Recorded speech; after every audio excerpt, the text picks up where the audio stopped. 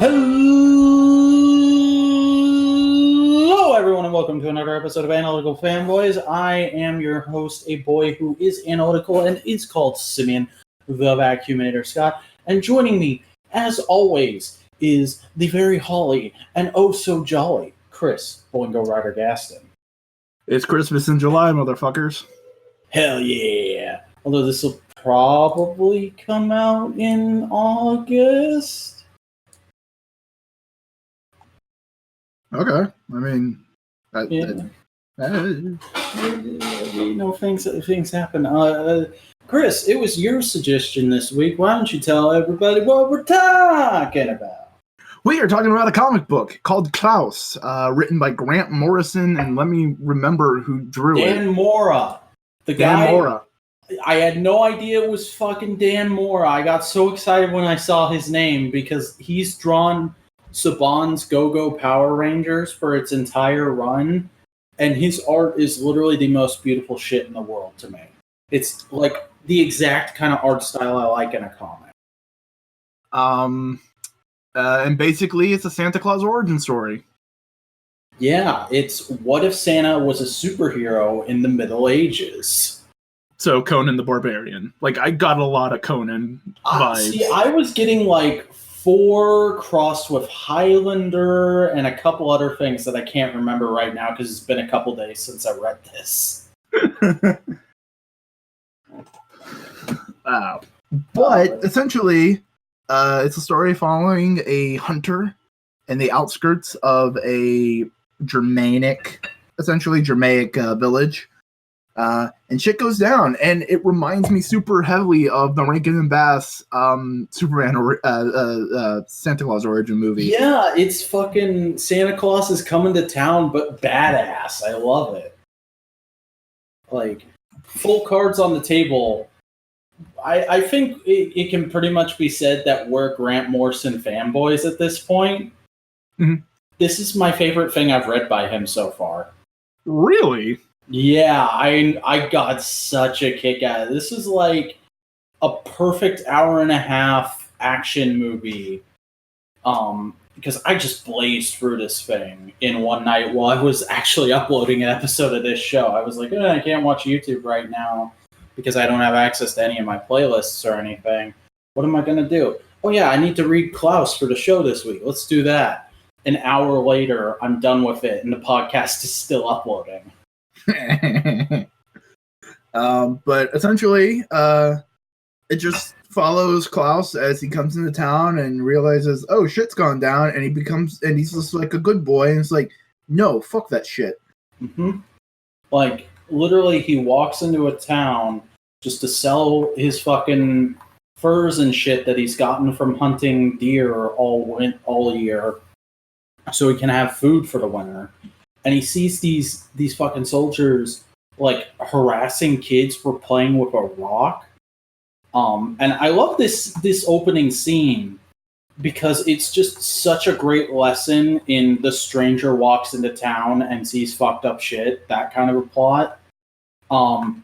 Because he's literally like on his way out and he sees these guards yelling at this kid, and you, no playing in the streets by order of the Baron. And what's in your hand? Is that some kind of toy? And Klaus is just like, what the fuck? It's a fucking rock, dude. Calm down. And I do like what the guard said, and that's like ultimately like a major theme of this whole story is anything in the hands of a child can be a toy. Yeah. And like in that scene also, okay, it's a couple panels later, but in that scene, there's a bit where Klaus is like having a bunch of spears pointed at him and he's just looking over to his right. And you see there's just a sign up that says it is forbidden to wish next to a wishing well.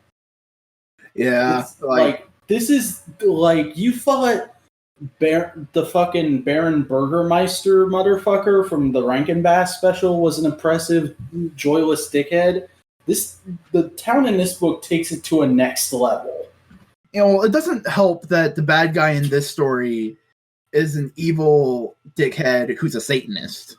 Mm-hmm. He's basically Severus Snape. Specifically before the last book. Well, where they reveal, oh shit, he's been a good guy the whole time. It's like, no. Yeah, I was gonna say, like, depending on who you are, you either think the last book makes him a good guy, or you go, no, that guy's an abusive dickhead. Oh yeah, no. It's like the minor silver lining in a giant cloud of black, and it's like, I can kind of see some silver. But, you know, the road to hell is paved with good intentions. But essentially, Klaus sees all this shit and goes like, man, I ain't getting paid for this. And so he leaves town. It's just fucking at his fire. Well, he tries to leave town, and they tie him and kick him out. They tie his arms behind the back and send him out into a snowstorm and just leave him to die. And he's like, are you fucking kidding me? His wolf buddy comes up and gets him out. Yeah. And they set up camp and everything. And then spirits with exposed brains start popping out and get him high as balls. And he starts making toys. Yeah. And he wakes up the next morning, and his response is literally just, oh shit, what the fuck am I going to do with these? Yeah. And then he proceeds to start giving them to people, and Baron ain't too happy with that. And they get into a bunch of scrippy scrap fights, and eventually you find out that he's worshipping Krampus, and Klaus has to rescue the town from Krampus. And I mean, it's a great way to introduce Krampus into the story. Mm-hmm. Because especially because he's in a coal mine. Yeah, and you get so little with him that you don't even have to say that's the Krampus. You can just say that's a Krampus. Because the thing about this book is, this was a 7-issue miniseries that came out over 2 years. Like, it was very stop and start, the release schedule, as I understand it.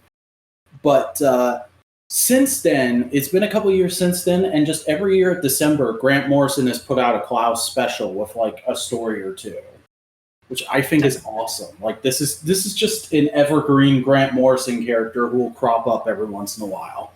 Yeah, it's just nice because he loves mythologizing and dealing with big, over-the-top things. That's why I think, other than the X-Men run and Grant Morrison's X-Men run, I think Grant Morrison should only really work with DC.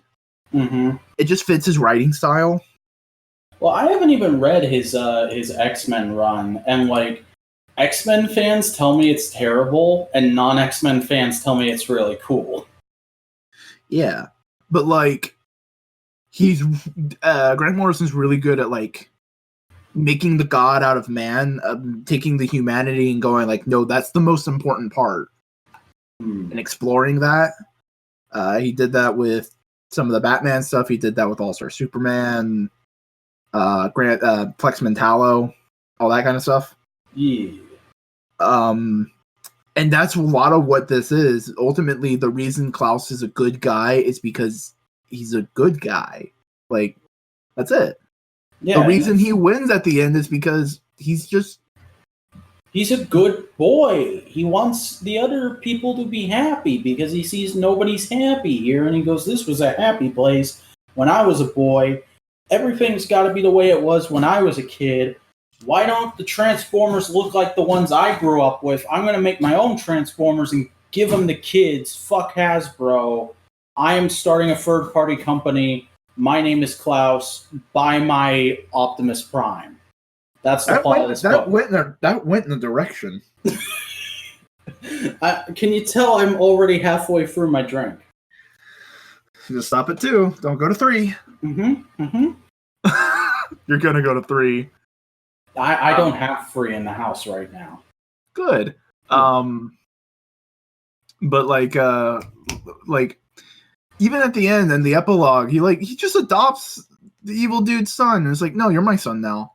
Mm-hmm. And it's like, no. And you flash forward to years and years later, and they're just like cool broskies because the son is now the same age that Klaus looks. Because Klaus got magic immortal powers. Yeah, which I love that that's never explained. It's just, no, Klaus has a flute and he likes to get high and make toys. And maybe spirits are visiting him. Maybe he's just fucking magic. Who knows? Yeah, but like, to me it implied that he had a connection with the spirits, And then when he was dying, the spirits were like, "No, bro, we like your shit. You can't die on us." And they like made it so he can't die. Yeah. Also, you mentioned we brought up the kid a little earlier, and I just want to talk about him real quick because I think he's a really interesting character in that you see him in the opening pages and he's got like this big extravagant playset that's like a scale replica of the town, and he's like, this is fucking bullshit, this is pointless, this toy isn't any fun, and he just orders it destroyed. And you hear later from the mom that like the royal craftsman spent a year making it for him for Christmas. And then the next issue, the Baron steals all of the the Klaus toys from the village kids and gives them to the son, and they won't work for him. He doesn't find them fun, and he just orders all of them destroyed. And then the next time Klaus comes, he leaves a toy especially for him and gives a toy to his mom. And then we get a scene of them playing together. And that scene immediately illustrates that the reason the toys weren't working for him, the reason he couldn't have any fun, is because his father has kept him cooped up in the castle away from the other kids, because his father didn't want him to get eaten. But because of that, because the kid didn't have any social interaction, he didn't understand how playing worked. Yeah. And I was just like, oh, that's fucking brilliant statement about them kids today without coming off super cynical. I love you, Grant Morrison. And also because he was like, no, I'm going to protect my kid and keep him locked up. When Krampus comes out, he goes like, I want to get the worst kid. And he picks him up immediately and he's like, yeah, that makes a lot of sense. Mm-hmm. Also, this Krampus design is brilliant. It's great. Oh, yeah. Like, the only thing I don't like about Krampus in this book is the fact that I think issue 4 he's on the cover and he doesn't show up till the end of issue 5. So I had his appearance kind of spoiled for me, and that was irritating. But other than that, Krampus is great. Yeah, this is a really good, solid design. He has the Scully stuff, but they added a little bit more, like, satanic imagery to really ramp up the creepiness of the Krampus. Mm-hmm. And I love the fucking art in this book. Like I mentioned earlier, Dan Morra is one of my favorite artists right now. He has that perfect comic book art style that's like this halfway point between really sketchy and like cross-hatching everywhere, but then also the characters themselves are just really cartoony looking. Like I could see these character designs cropping up in like one of the current Bruce Timm helmed Warner Brothers animation pictures. Yeah, there's a lot of just interesting things that just in the designs of everything, because also in the coloring, give props to the colorist. Oh yeah, like they don't have a specific colorist, but basically written by Grant Morrison, illustrated by Dan Morra, letters by Eddie Dukeshire. Lettering was great too. Cover by Dan Morra, designer Scott Newman, which I think he might be the colorist and layout design, maybe like kind of dealing with a little bit of that. And editors Eric Harburn, and Matt Gagnon. Yeah, just shout out to the whole team. Every scene has its own mood to it. Like some of the early scenes in the village are just like these dark, dour, like almost like during a thunderstorm kind of a feel to them. And then there's scenes in the forest where Klaus is just hanging out and it feels really nice and kind of homey. And then after Klaus wins, or during some of the scenes where he's interacting with his ex, I guess I'll basically refer to her, it gets really bright and warm and happy, and it's so good at just communicating what the mood of every scene is without being overt about it. And then eventually nice to look at it. And they get back together and all that kind of stuff because Evil Dickhead's not there. Yeah. And it's really clear that like they were kind of always meant to be together. It's just Severus Snape did his Severus Snape thing and framed Klaus for killing her father when he did it. At least I think he did. I can't tell if the book was trying to imply that he like purposefully killed him or that the king died because Snape wasn't giving him his medicine and just gave him like water or whatever. Yeah. but like there's a beautiful moment where the dickhead is yelling at Krampus, and he's just going like, I freed you to become king, I did all this shit, give me what I deserve. And Krampus just looks at him and fire starts spitting out, and it's like, it's perfect. Yeah, because I'm looking at the flashback issue right now where we see how everything started with the kid versions of all the lead characters. And there's literally just this montage of Klaus and what's her fucking name? Dagmar, I think is how you pronounce that. Dagmar. Yeah. Okay.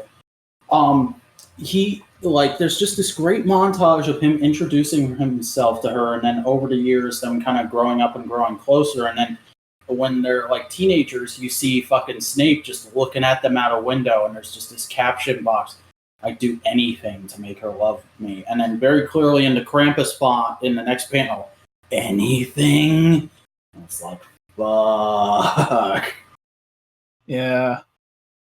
Like, and it's also, I'm looking at issue 7, and there's a beautiful page, and it's just like several panels of the mom, the woman, trying to pick up a sword to protect her son because she loves the son. Mm-hmm. Like, she's not mad at the son; she's like mad at the dickhead. Yeah, and he is obviously the dickhead's son. Yeah, which I think it's a nice touch that Grant Morrison didn't pull a. Oh no, he was actually really the son of Klaus the whole time, and yeah, because like. What's up? Yeah, no, go. Okay, because like it's the Middle Ages, and I just don't see the whole like they had sex before getting married thing actually happening, especially when she's kind of sort of royalty. Yeah, but I'm looking at this page. She's trying to pick up a sword, and you see the corpse of dickhead going, save him, someone, save my son. And then Klaus just walks through his ashes, and it's like, it's nice that his last thoughts were to actually be something of a decent human being, and it's symbolically giving the fatherhood to Klaus. Yeah. Also, just another little nod to the art here. I just noticed this while scrolling through the first 4 issues. There's like a thing they do with Dagmar where when you first see her, she's very closed off, very reserved. Her hair is all straight. She kind of sits prim and proper like you would expect a royal to. She's not super interested in anything that's going on. And then as Klaus starts showing up and the toy stuff starts getting introduced, she her hair kind of gets a little more frizzy and a little more frit, and you start seeing her face colored a little more brightly, and eventually she goes from kind of passive, I don't care, to interested but cautious, to she is just smiling all the time, except for the scenes where Krampus is attacking, because Klaus is here and he's gonna fucking save us. Yeah, and there's like a good 2 issues where it's Assassin Santa. Mm-hmm. It's just Assassin's Creed, but with Santa Claus. And that's so good. Like, I love how this mixes all kinds of medieval ages, time period stuff. Like, you got some Italian in there. There's a very Celtic sense about things. It's also very clearly within like the sort of what's the proper word for it? Very much the European understanding of royalty. It is very much a timeless tale in a way that anything you do with Santa has to be. This like there's even a little bit of Zorro in his tactics, because he's going around town dropping toys off to kids and doing all that kind of stuff, and he starts carving the rune for joy around town, and it's like, yeah. Mm-hmm. He's threatening them with joy. It's like perfect. Yeah. Oh. And like, full disclosure, I love the Tim Allen Santa Claus films. I grew up with those things. Those are kind of a hallmark of Christmas to me. But they are so incredibly flawed and so far from being timeless. Like, I don't think I can show those to my kids one day and have them take them seriously. This, I could put in a kid's hand and be like, this is a Santa Claus thing. When was it made? Doesn't matter. It's gonna be, you'll always be able to enjoy it because it's just a sort of general medieval thing with superhero vibes. Yeah. But like, there's a lot of cool like little themes and messages. Like Krampus is going, there is no Santa. Yule night belongs to fear and cold and darkness forever. All bad children belong to me. And Santa just runs up and goes, there are no bad children. And it's like, yeah, that's the point. Children are meant to be. Yeah. They're meant to learn. They're not meant to be soulless and joyless. And we're meant to facilitate that. And that's the spirit of Santa Claus. It's so good. And like, keep in mind, this is coming from a guy who hates kids. Like, I'm on the Picard level of like, I do not want to interact with other people's children. I'm kind of interested in maybe having my own one day, but I don't care about other people's kids. I find them annoying.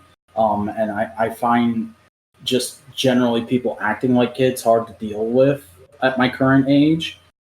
But like, this book totally gets you in the spirit of just like, yeah, kids are the fucking future, man. We got to protect them and make sure they're happy. Yeah, and it's all about like that mentality of like community and togetherness.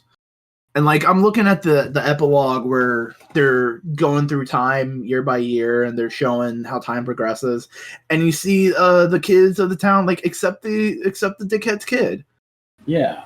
And they're like playing around, and it's really cool. And like, you just see Klaus and the Dragmar dancing throughout the ages, and slowly you see her hair turn gray, but he looks exactly. And literally, because this is where I got the Highlander stuff from. Literally, that Queen song from Highlanders is playing in my head. Who wants to live forever?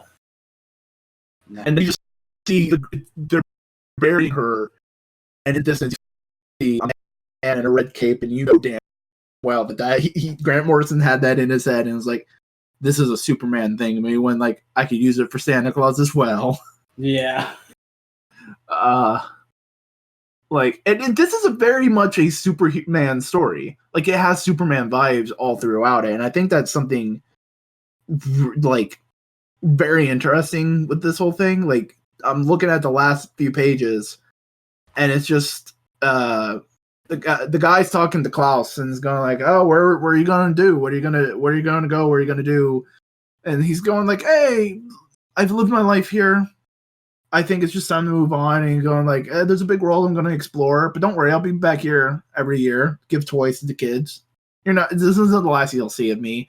And there's just a beautiful panel of him breaching the stratosphere with his dog right beside him. And like, he's in the sun and the stars, and it just feels like, yeah. And you can see his beard is starting to gray too. Like, honestly, I don't think it's starting to gray. I think that's the snow, and I think that's a brilliant way to do the gray beard, but also have him be able to look badass 90% of the time. Mm-hmm. Is whenever they want him to look wizened and elderly, they put him out in the snow for a few minutes, and then he comes back in with a white beard because of snow. Also, no reindeer. It's all wolves. Yeah. I'm sure that probably aggravated somebody, but like, the wolves are just so aesthetic, man. Yeah, especially because they're white wolves, and like, they helped protect him when he was first cast off the first time. Yeah, they're a bunch of gorgeous puppers, and I want to give them pets because they look like Crypto the Super Dog. They also look like Pharaoh. Yeah. Definitely. For people who do not know, Pharaoh is the dog of professional wrestler Cody Rhodes. My favorite professional wrestler. So I feel a bit ashamed for not catching that until now. But yeah, all the expressiveness these dogs have, very Pharaoh-esque. Like, just the way that they showed all the classic Santa Claus elements, the way they interpreted it was very interesting. Like, Santa's traditional red suit and everything. Oh no, that's just the royal guard for the town. Mm-hmm. And he used to be a member of the royal guard, and he wears it to kind of like represent, this is what the community should be about. It's joy and happiness and togetherness. So he basically takes their symbol that has been used for hate for a little bit and goes like, nope, bitch, we're happy now. Yeah. Like the color choices are really great in here because like when it starts out, all the mom and the kid and the evil bear and dickhead are all in green because hey, the evil dickhead green makes sense. And Klaus is in red, but he has like a red scarf. And as the story goes on, the evil baron starts wearing more and more green. But the mom and the kids start wearing less and less till at the very end, the mom is in a red cloak and she puts a red hat on the kid. Basically, this is like, that's where they should be. It's in that community and that loving embrace of everything. And slowly as Klaus realizes, oh, shit's dire and they need my help, he starts putting on more and more red and really becomes what he should be. Mm-hmm. Beautiful imagery. It's the best. It is the best Christmas best ever. Like, part of me would love to see this adapted into a movie, but part of me also is afraid of them completely missing the point of the comic. That's true. But, like, now that you brought that up, I gotta ask, who are you casting as Klaus? Ooh. You know who'd be good? Carl Urban. Dude, I had the exact same pick. It's because he was so good at being like the calm, stern dread, and he's also good at being a little bit lighter. It makes sense. Yeah. You know who plays the evil dickhead? It's fucking Tom Hiddleston. Yeah. Yeah. And then you get... oh, God. Are there any redheads in Hollywood right now? No, but we can make one redhead. That's true. Fucking...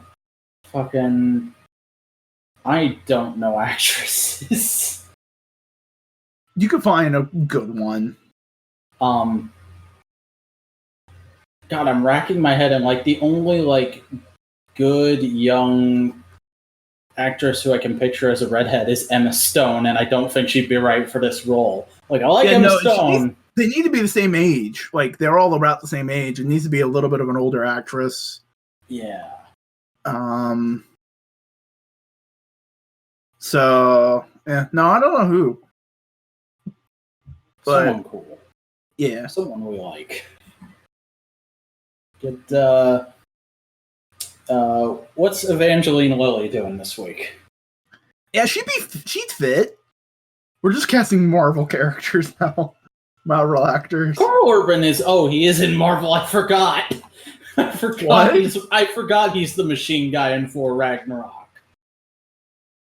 Yeah, he's a executioner. Yeah, I completely forgot about that. But yeah, just Marvel, buy the rights for Klaus from Boom Studios and make Klaus in the MCU. Like, I can see Disney, like, height of Pirates of the Caribbean, making a good version of this. Yeah.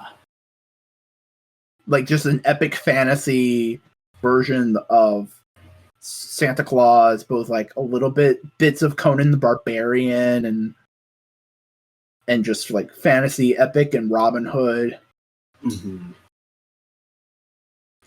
I tell you what, the only thing I don't like about this book so far in this discussion is the art is so fucking good, and there's so many great, nice, beautiful, wide panels that include one or more of the main characters that I've saved over half the book as potential thumbnails and release images. I don't know what the fuck the release image for this episode is going to be. Whereas every other time we've done a comic, I've been like, well, yeah, obviously that cover. Obviously this splash page. I'm done.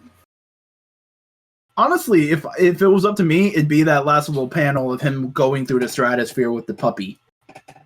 Yeah, that's a really good one. I also kind of like the one from a little earlier in that issue where he's petting the dog's head as the mom and the son are embracing, and he's saying, "Merry Yuletide, shall we make the celebrations official with the Tree of Lights?" Yeah, and I also like it's a subtle thing, but they also really divorced Santa Claus from Christmas in this. Because they never once mentioned Christmas. It's always Yule. It's a Yuletide.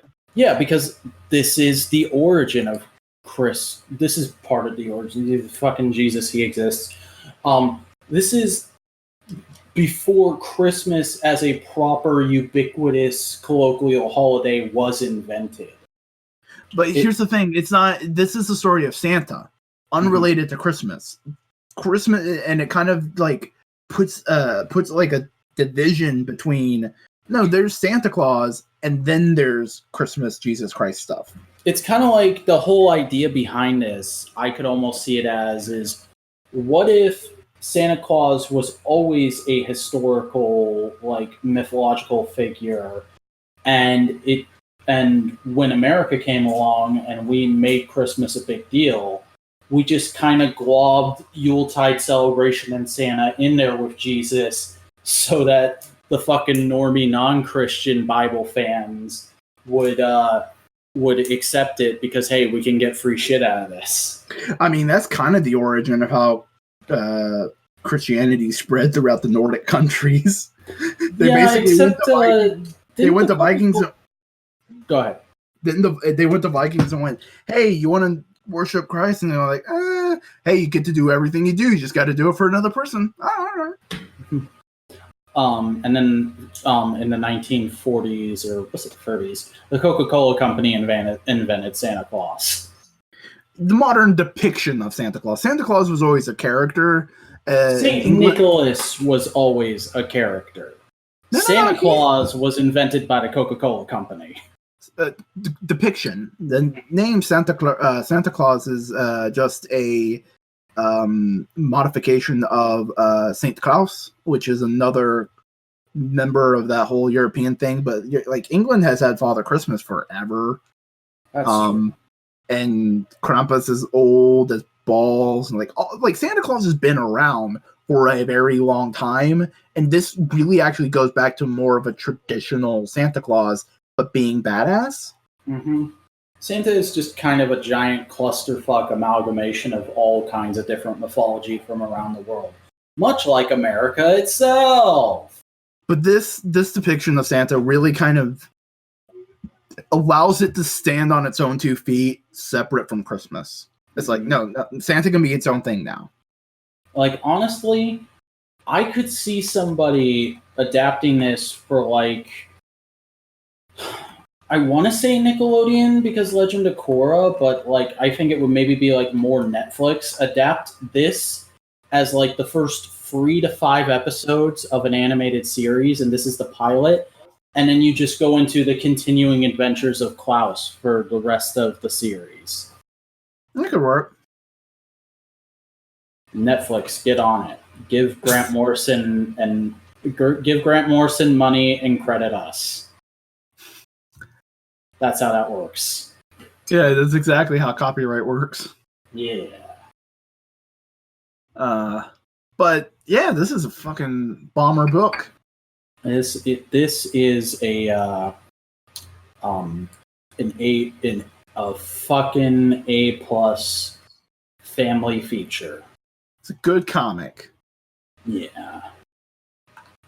And you should go read it. But before you read it, maybe you could listen to us talk about what we've been up to this week. Do you need to piss or anything? No, I'm good. Okay. Oh, wow, we're making good time. We're only 34 minutes into the recording. Yeah, now it's going to be 2 hours of us bullshitting. Yeah! Chris, what have you been listening to this week? I've been listening to a bunch of singles, not really albuming, but I've been listening to The Correspondents. They have a new song out. I really love one of their songs, Fear and Delight. It's kind of an electro swing kind of hipster shit. But they have a new song out called Apocalypse, which, apropos, is about global warming and climate change. And it's really good. It's really solid. And the music video is really cool too because it's just a single shot of a dude picking up balloons that have the Earth printed on them, and he just blows it till it pops, and there's liquid in it. It's black liquid, and it just covers him. And it's like, oh yeah, that's what we're doing to the planet. And it's like, oh, okay, that's cool. Yeah. I've listened to The Antlers Bear, which is kind of a post-punky, indie, kind of relaxing kind of vibe. It's really good. It's a band that I definitely want to look more into. I listened to the band Jinx and their song Levitate, which, do you watch Hwang? The YouTube channel Hwang? Oh yeah, I watch him. It's his band. Oh, I didn't know he played guitar. I didn't know he was in like a band. Yeah, no, yeah. In one of his latest videos, he said, "Hey, go check out my band and their new song." And it's a good song. It has like some dope metal. It's like metal, but it has a little bit more funk to it, and has some new metal vibes, but like actual good new metal, not shit new metal. So more height of Linkin Park, System of a Down, that kind of stuff, rather than Limp Bizkit. And it's really good. It's solid. Like I was listening to it, I was like, fuck, no, and I started subscribing to the band. So nice. It's a good job. What are they called again? Jinx, Jynx. Okay. I'm gonna go look up their shit. Yeah, it's really good. It's like solid metal. Like, and it's not like that harsh. Like, I do think they scream some, but not like. It's not like the harsh pig squeals. I think if I remember, it may have been more gutter. It wasn't a harsh metal song. It was nice and pleasant. I said nice like 50 times. Well, the shit fits. Yeah. I've also been listening to Tokyo Ska Orchestra. That is the most you name of a band I've ever heard. Yeah. I mean, I can't name any of the songs because they were all in kanji and hiragana and all that shit, but like... Actually, you know what? I invented the term earlier tonight. I need to keep perpetuating it. That is a real Chris Core sounding band. No. A real Boingo Core sounding band. There we go. Boingo Core. Mm-hmm. It's like Vaporwave, but less cool. Yeah. And there's checkerboards for some reason. No, this is just really good, like old school two-tone-esque ska. Like, it doesn't get as punky as like Real Big Fish or Less Than Jake or Streetlight Manifesto or anything like that. It's much more of like ska circa the 80s, but they have like a good solid group of guys, and they're all in their like 30s and 40s, so they're all mature about everything, and it's like yeah. It definitely feels like a bunch of guys like they make money doing it, but they're not desperate for it. It's like, yeah, we're chilling out and we're making music because we're all cool dudes and we like making ska music. Nice. I think they may have contributed some songs to O's. Don't quote me on that though.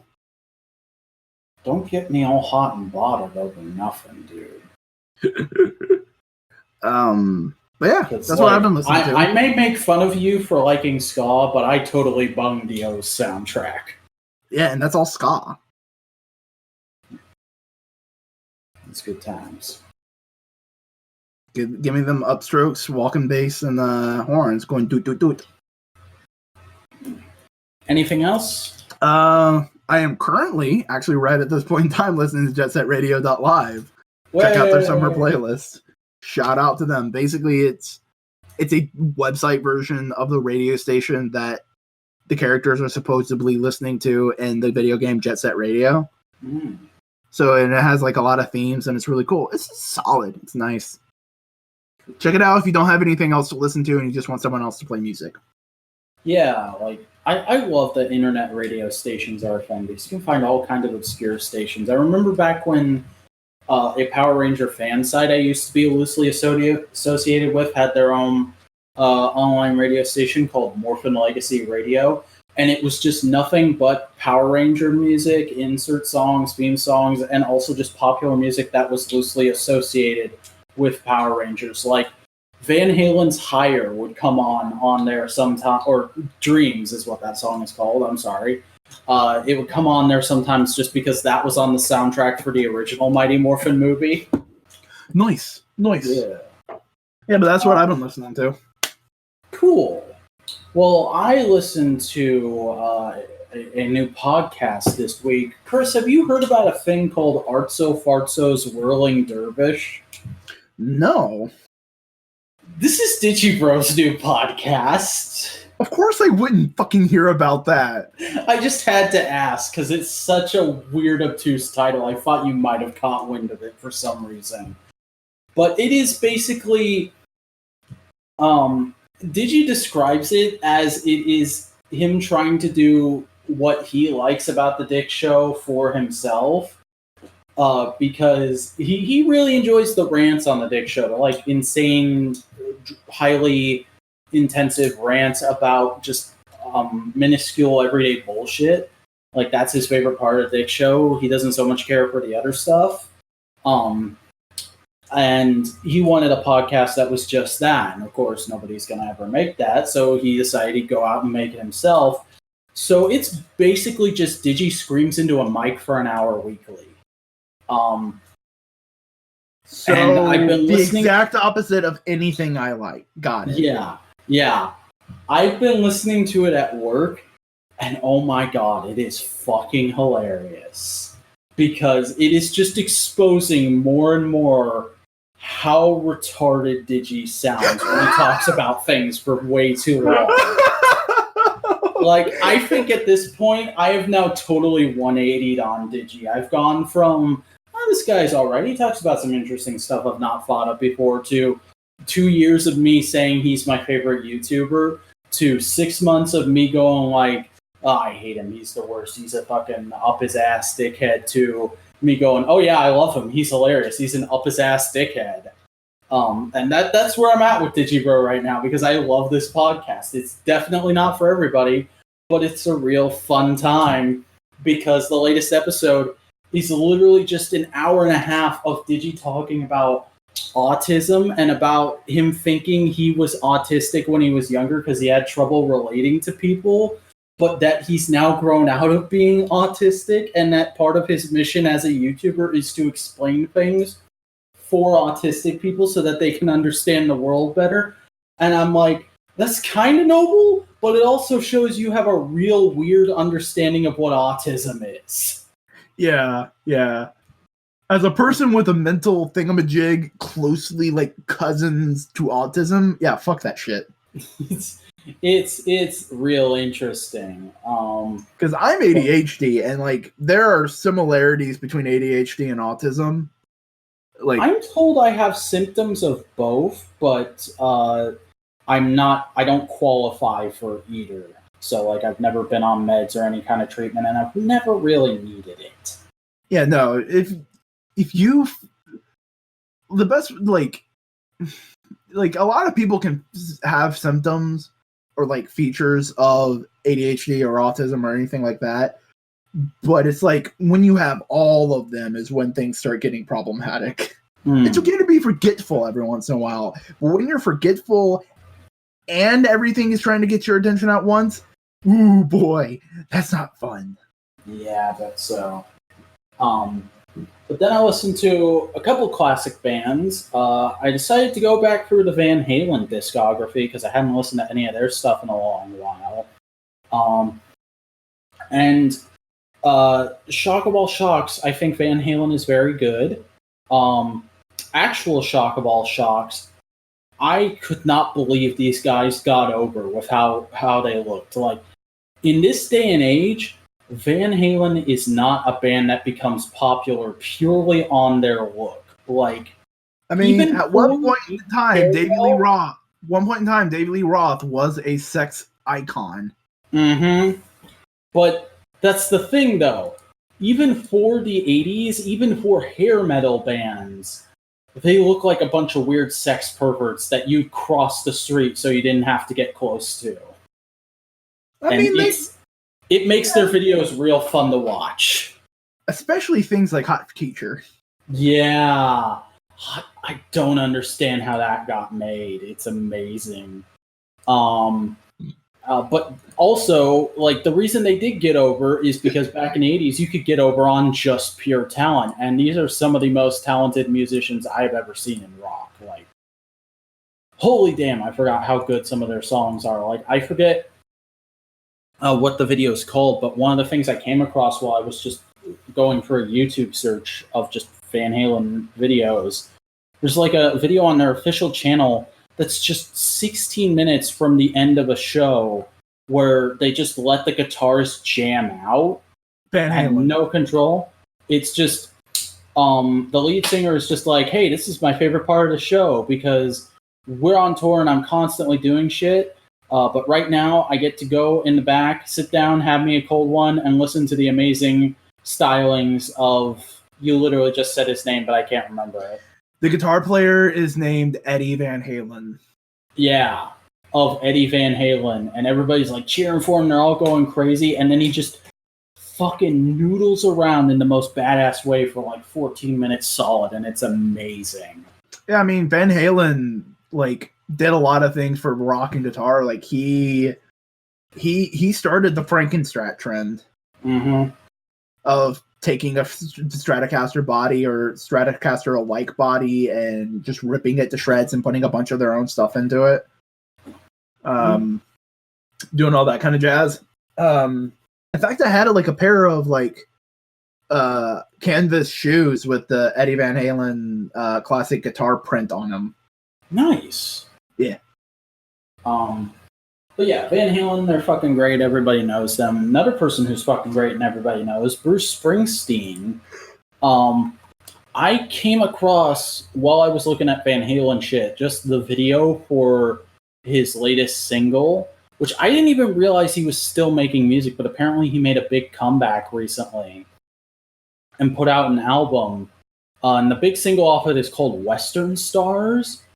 And the video just blew me the fuck away because it's completely different from the other stuff he's done. Like, you could kind of say back in his heyday, Bruce Springsteen was very much like the pop sort of teen boy, all-American sex icon of his day. But, like, this is like what somebody from that time period who was that should exactly be making at this stage in their life, where it's just sort of this dour, but not depressingly so, country it's more mature. song. It's an actual fucking country song. It's not like this wannabe pop song that's talking about beer and tits and trucks and the Confederate flag. I swear to God, country is going to make a comeback because actual country is brilliant and people are realizing this. Yeah, I've always said I love actual country music. I just hate country music stations, and I hate listening to the country music my friends put on because it's modern country, and modern country is fucking garbage. You need to listen to Orville Peck. He's great. Yeah, I have listened to some of his stuff. He is great. In fact, he inspired me. We'll get to it in a bit, but I've been learning Jolene. Nice. Because he was because I saw a live video of him playing Fancy. Ooh. Put on that red dress, Fancy, don't let me down. That song. And it was like, oh, that's cool. A country dude singing a country girl song. That's fun. Yeah. But continue what you were saying. This Springsteen song is basically just him doing this kind of like soft, warm, bittersweet piece about his generation, because I believe he is a baby boomer. It's kind of about how his generation is very much on the way out. They're having their last sort of hurrah at the moment, and very soon they're going to be gone. They're not going to have much influence left on the world, and it's very much him making his peace. Yeah, it's him making his peace with that and saying, this is a good thing, this is natural, this is how life works. But during this last moment I have in the sun, I'm going to enjoy myself in the way that an old fuck does. I'm going to go into a hole-in-the-wall bar in some cowboy boots, and I'm going to have me a whiskey, and I'm going to sing a little ditty, and it's going to be nice. And because of that, I was like, holy shit, Springsteen still got it. He's still pumping out brilliant fucking music. I haven't listened to any of his old stuff in forever. Let's see if it's still brilliant. And it is. I fucking like. I'm a 22-year-old guy in the year 2019, and I was like jamming out to "Hungry Hearts" the other day. Such good classic pop music. And here's the thing: Springsteen's never been just like bare bones, basic glitz and glamour pop. He's also had some actual genuine messages in his music, like "Born in the USA." Mm-hmm. Where he basically calls out warmongering of the American government and just basically goes like, yeah, no, Vietnam was bullshit. You shouldn't have done that. And the most hilarious thing was like Ronald Reagan fucking used that in his campaigns and saying like, yeah, this is what America's about. And it's like, motherfucker. Yeah. That's why that song is so great though, because it has that very like in your face, America is a piece of shit, warmongering country message, but it's Trojan horsed in under one of the most classic hooks of all time. Yeah, like it reminds me of like Paul Ryan saying, "Oh yeah, I love Rage Against the Machine," and Tom Morello coming out and going like, "Bitch, did you listen? Mm-hmm. You're the machine we're raging against." Yeah. I fucking love since we did the Rage Against the Machine episode, I have looked into them a fair bit, and I can't say I love their music, but I like them as people. I really like how like there's that story of they were on some British radio station, it was probably BBC, and they were gonna play their music live in the studio, and it's like, yeah, we're big fans of your music, but it's radio. Would you mind toning down the swearing? And then they literally played the song with the lyrics, "Fuck you, I don't do what you tell me." Yeah. It's so good. That's Killing in the Name of. Yeah. The song saying the police force is very much like the KKK. Mm-hmm. I fucking love that. It's perfect. It's beautiful. But that's enough music. Chris, what have you been watching this week? Oh boy, do I got a list. All right. Okay. First things up, I watched the first 2 episodes of Glow. Ooh, do tell. I've been wanting to watch that. Me and my mom were having like a nice dinner, and we said, hey, let's just watch something that we can both agree on. And it was like, that was the easiest, quickest thing that we could think of that we could both like agree. Because hey, I like wrestling, and hey, she likes drama and comedy. Mm-hmm. You follow this young actress who just can't get a job, can't get a role, save her life. And she shows up at this thing where this skeevy director is trying to put on a wrestling promotion. And she's shit. She's not good. It's not like, oh, she's found her calling. It's like, no, she's bad. She is so bad you have to invent a new word for bad. It's like she is Ganadab or Badong. Yes, she is Badong. And it turns out that she is sleeping with her best friend's husband. Oh, she is super Badong. And like and this whole time you're watching her and she's like, oh, she's such put upon girl and like, oh, all this kind of stuff. And then you realize, oh, she's sleeping with her best friend's man. Oh, wow. And it really puts her in a different light. I don't like this character. And then flippin' floppin', the wife finds out.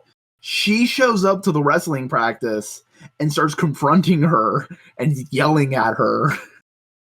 And she's holding her baby too. She recently pregnant and just birthed the baby with the man. Oh dear. And she's yelling at the main character chick. And then Awesome Kong just walks up beside her and says like, hey, do you want me to hold your baby? Yeah. Because Awesome Kong plays a character in this. Yeah. And then they start fighting in the ring, and the producer guy sees this and goes, oh shit, I got a wrestling match here. And it's the main actress girl being the heel, and the other one being like a Hulk Hogan blonde badass beating her up. And that's the setup for the show. Is the heel is a heel and the bad guy, but she's like mousy, like, oh, I'm an actress. I like Shakespeare kind of character. Oh boy. and the face is righteously upset and pissed at her. That's pretty good. And it's just trying to deal with all that and all that kind of stuff. It's pretty good. I also watched episode 2 of Nanocore, that Chinese anime that I said there might have been a robot. Essentially, I also wrote down so I could remember because it's been a bit. In this episode, we followed 2 kids who are like mutants, and we don't see why they're mutants. It's just like the boy has like purple flame tattoos on him, and the girl doesn't have pupils in her eyes. Maybe that plays into something. Who knows? They find a dude in like this just giant metal tube, and this like group of like guys in gas masks are like trying to find something in this warehouse they're in, and they play this whole game of cat and mouse and everything, and it's implied that they were looking for the dude in the tube dude. But they take him out to like the wastelands where they live to kind of keep him safe, and it's like, oh shit, intrigue. What's the tube dude's all about? Because when he wakes up, he's like pissed that he's out there. It's like, motherfucker, are you mutants? Shit. Like, he doesn't want to be there, and it's like, what the fuck's going on? And it's interesting. It's nice to watch like an animated product from somewhere other than America, Canada, or Japan. Yeah. Because that's what we grew up on. It was Canadian cartoons, American cartoons, or Japanese cartoons. But there's a whole world of them Animations out there. Yeah, and it's solid. It's solid enough, and there's some good comedy, so I'm gonna keep watching it. Nice. I watched episode 4 of Dagwon, which I realized is the Brave series right before Gal Gar. Oh shit! So you're just watching all of the Braves simultaneously? Not all of them, like 2 of them. There's like 5. Oh shit! So Dagwon, then Gal Gar. That's how it works, continuity wise. But Dagwon, basically, it's episode 4, and they've been through some adventures. And basically, 3 of the guys who all turn into giant train boys realize, oh, we can all combine into one giant guy and fight bad guys all together. Nice. This is a good thing. We can figure this out. And they fight a tsunami and they like protect the town and everything. It's like, yeah, it was great. But I like how casual you are about that. They fight a tsunami. I mean, it's in the first 5 minutes of the episode. Like, that's... but the green guy, who's kind of like tanks and like armory and military kind of esque vehicles and stuff, he doesn't want to be a combiner. He's like, motherfucker, fuck this shit.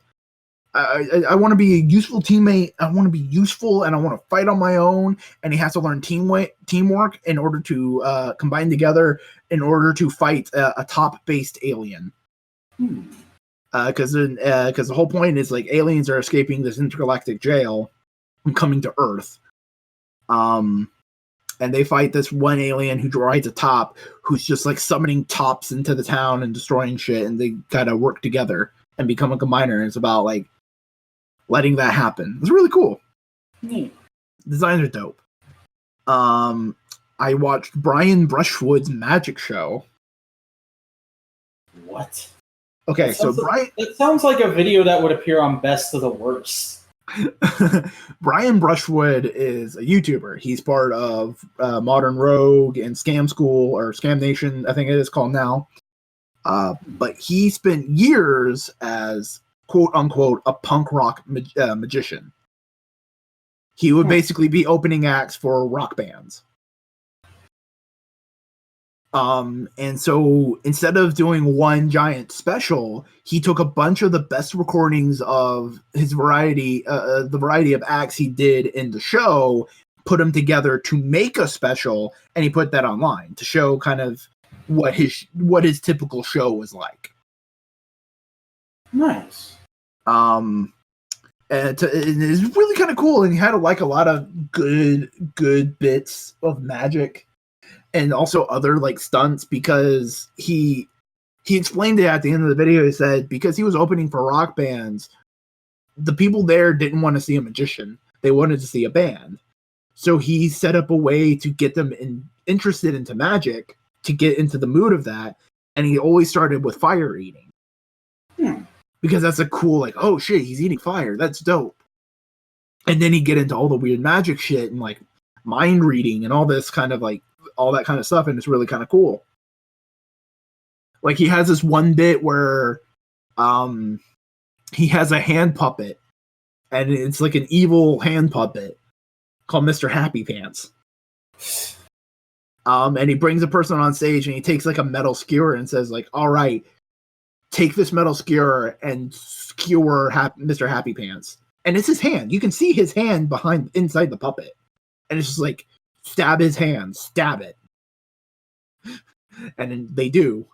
And like, oh, okay. He also takes like a metal skewer and puts it into his tongue. And then he can't get it out, so he has to cut his tongue off. And, it's a cool magic show. It's really dope. Nice.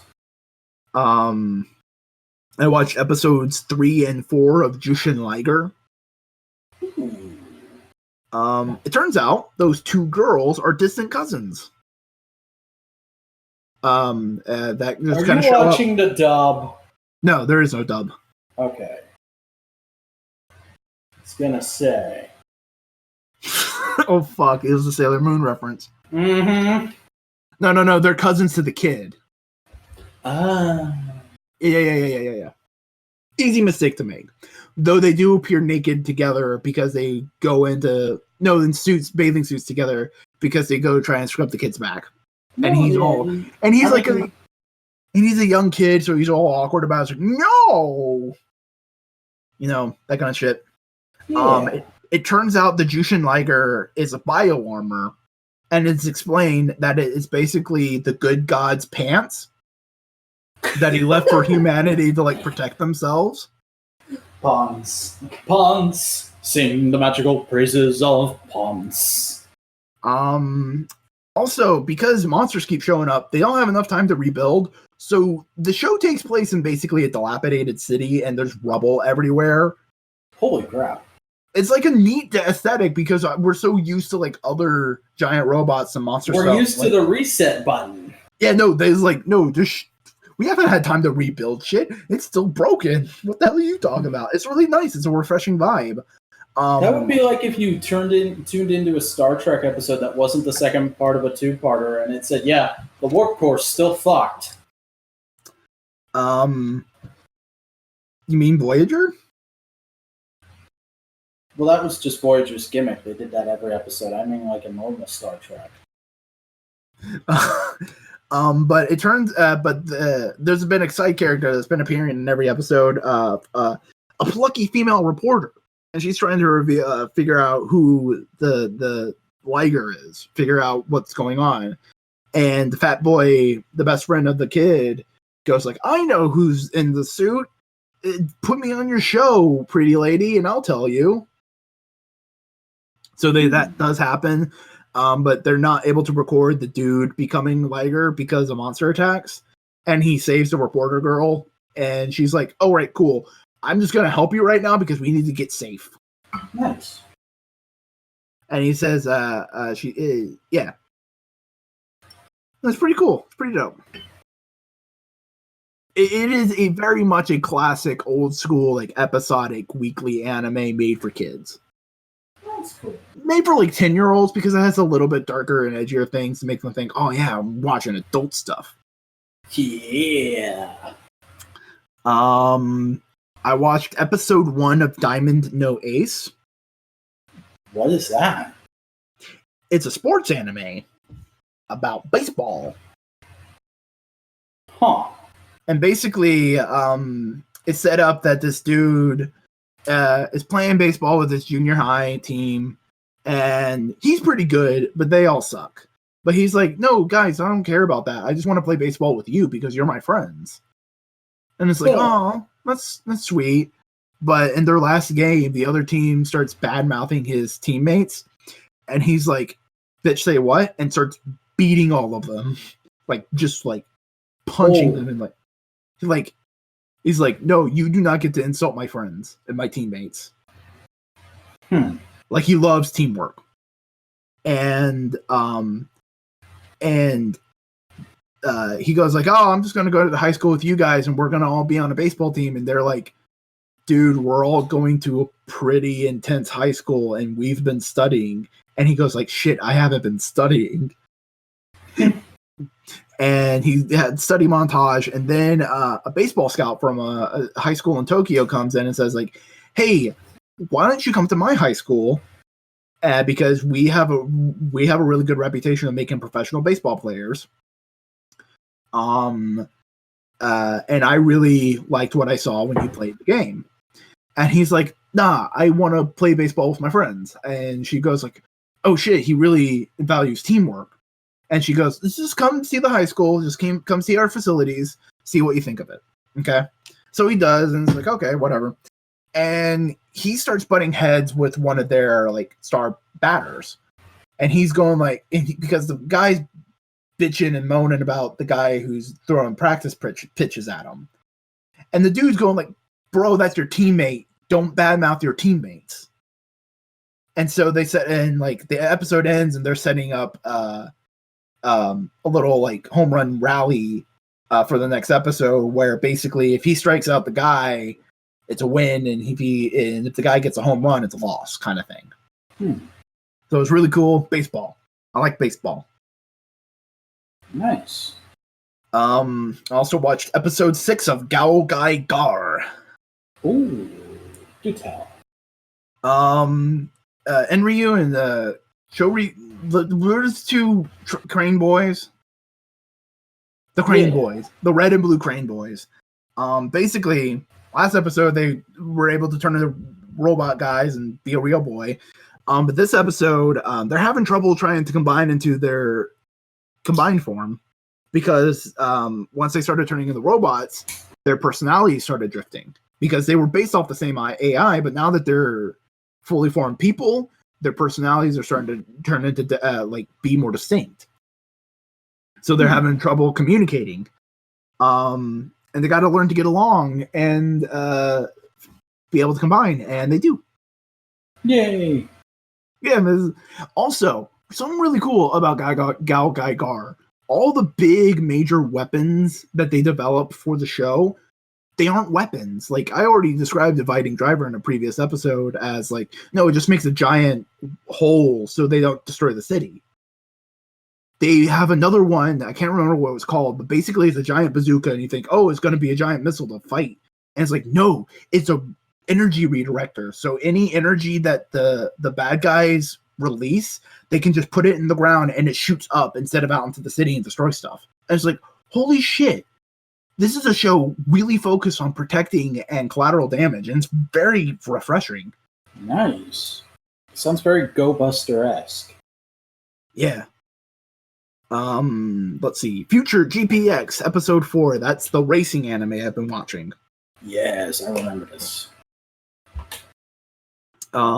Basically they go into the race and the guy's having trouble because he's inexperienced, he's 14, he's going up against professional racers, all this kind of stuff. And through pluck and determination, he gets into 3rd place, which allows him to go on to the next leg of the racing. Yeah, so it's really kind of cool. I started watching Lupin the Third. The original 1971 version. I watched episode 1. Cool. Yeah, the first episode, it doesn't set up anything Lupin the Third. It doesn't inform you anything. It just expects you to have known what Lupin the Third is, and it starts in the middle of a fucking caper with Lupin driving in a F1 race that is a trap to kill him. Well, and like, not even all the characters are there. Like, Goemon's not there. Oh shit! So it's only Daisuke Jigen, Lupin the Third, Fujiko, and Inspector Zenigata. They're the only ones there. But it's it's Lupin, but it's a lot more episodic, so it's less like, oh, there's story developments happening. Yeah, there's also like 80 different Lupin animes, so it doesn't surprise me that one starts in a weird place. Like, I imagine they probably did the origin much later. Yeah, because this is the first Lupin anime. Mhm. And the manga was in the 60s. Yeah. By Monkey Punch. That good old boy. May he rest in peace. I watched episode 4 of Votoms. Basically the dude gets wrapped up into like dog fighting, but for veterans who pilot Votoms, and they pilot Votoms and fight each other, and people bet on it. Nice. So it's really cool. It builds the world. I watched episode 4 of Dudes of Hazmat, the internet web series I've been watching. Yeah. Basically, the dudes that said hazmat dudes finally run into the psychic girls, and shenanigans are about to ensue. Also, most brilliant piece of goddamn animation. This dude in a fucking suit and hat just like spins down and like wriggles up to another dude and goes like, "Hey," and he kills him. And I can't remember what he says, but it was brilliant. I watched JoJo Golden Wind Part 5, Episode 7. They beat the guy that they were just trying to fight. They torture dance him, and they get to the island where the money that they're trying to get is. And they have a whole big game of cat and mouse. And we finally see one of the most interesting scenes of the season, Sex Pistols. Basically, it's 6 little dudes that live in a gun. And whenever Mista fires his gun, those little dudes go with him, and they can redirect the trajectory of the bullets. It's kind of neat. Yeah. I watched episodes 2 and 3 of Macross, where basically the captain of the ship realizes that it was built with aluminum foil and paper clips, and he's like, shit. Like, they say, he goes like, all right, turn on the anti-grav engines, and they turn on, and the ship starts floating, and then you see the top of the ship start buckling, and then all the anti-gravity engines just start shooting up, and the ship just falls. And the guy goes like, what the fuck? What did they give me to deal with? But eventually they're able to like warp out of Earth's orbit and get away. And they were only supposed to go to the other side of the moon, the dark side of the moon. But after they warped and did all that kind of stuff, because they also have a bunch of civilians in their ship now, because they were trying to protect them from the fighting going on outside, they realize, oh, they're on the other side of Pluto. So they have to get their way back to Earth with rocket propulsion. Oh dear. And like maybe a little bit more like poof. Like that's the setup for the next little bit of the show. And it's really interesting. And then I watched episode 2 of Gundam, the first appearance of Char Aznavour. Oh my god. Do you know enough about Gundam to know who Char Aznavour is? Char Aznavour is like a legend who has gone beyond just the Gundam franchise and transcended time, space, and the fucking fan communities of the world as we know them, in my opinion. But here's a very interesting thing about his first appearance. You don't see him be a badass in a mobile suit unit until like the last 5 minutes of the episode. For the rest of it, he's a badass single person infiltrating the goddamn warship they're on and just wreaking havoc. And basically the command units are like decimated. They're all injured, so they're having to relay what to do to other people. Like everybody, they're just battered to the point where the person in command basically says, all right, give every able-bodied person a gun and fire at that fucker. And he avoids it all. And it's like, oh my god. Certified badass. Yeah. And Amuro gets drafted because he just landed in Gundam. He wasn't supposed to be the pilot. And he's like, and they're all like, bitch, you're the only person we think might be qualified to pilot that thing. And you need to protect us. Because we have a bunch of civilians in here, and it's dangerous. So help. You don't have an option. And that's all the things I watched. Oh boy. Well, let me tell you. Okay. Yeah, I'm good. All right. Well, let me tell you. I watched some movies this week. The first. How do you watch a smoothie? You just put fruit in the blender and watch it? Is that what you did? Yes, I did do that. Thank you for pointing out my slur there, Mike Stokowska.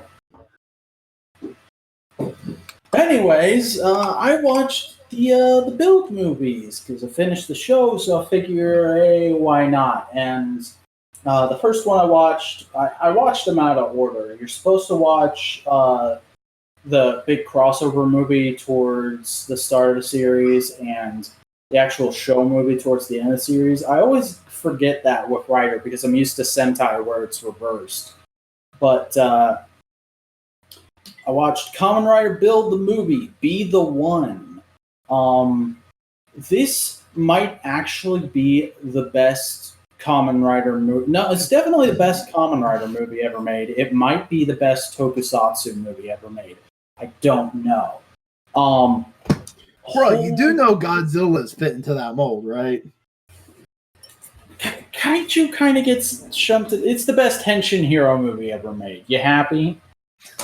Yes, I am happy with my pedantic asshole. Good.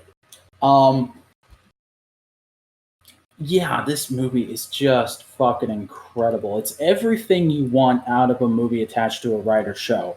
It's a neat little side story that adds to the show and the mythology without being overly necessary and like the show cramming it down your throat that you need to see this to understand certain scenes in episodes that come out around the same time as the movie is premiering. It's got just incredible direction. Like the camera work in this movie is off the fucking charts. Even it's kind of a sacrilege thing to say, but I think it blows Koichi Sakamoto's stuff out of the water. It is a beautiful, amazing movie. Like there's a cool oneer in this. There's this. The film starts on this sequence where Bill is just off on his own investigating a thing, and then this thing happens that makes the entire Japanese population into zombies, basically, who are exclusively after Bill. They have to hunt down and kill Bill. The entire Japanese population has been turned against Bill. So the next 20 minutes of the movie are just a chase scene while the villains are doing exposition.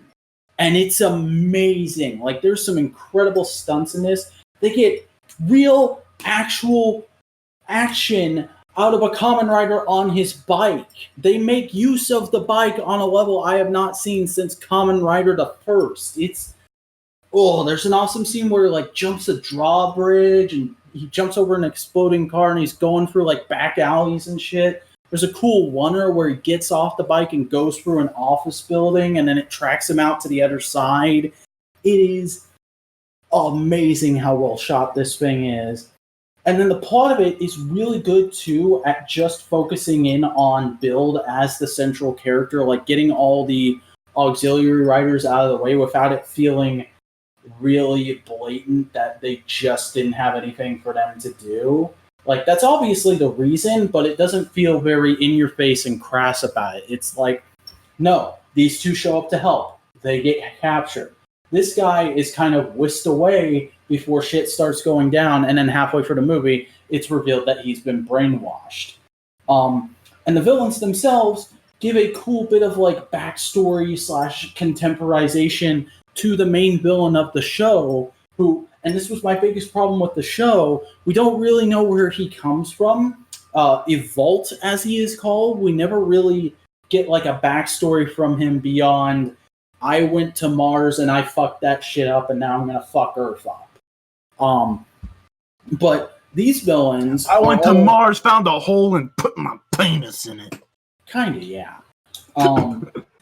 But this reveals that he's actually one of sort of an endangered species of intergalactic conquerors, and the other members of his race, he's all installed as like regional governors of Japan now that he's fully taken over, because this takes place like literally just before the last 5 episodes.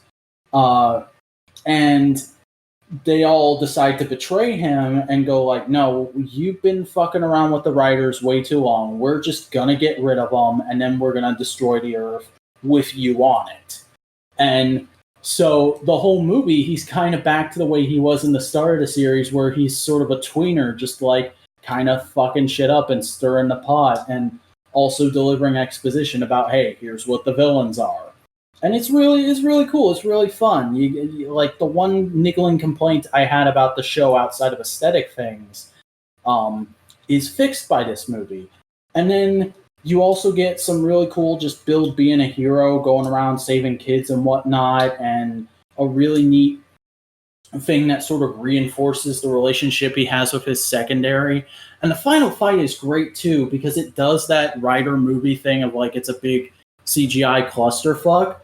But instead of it going on for like 10 minutes and getting intolerable, it's only like a couple shots and then it's done. And there's also a really cool new form that's only in this movie for Bill that basically has him become Kamen Rider Double, which I enjoyed a lot. Like, it's a thing and a thing, and half and half suit. He's basically a double rehash. They go full in this movie where, because he gets stuck in the transformation CGI effects, the secondary writer's mind gets used with him for the special movie before the hilarious.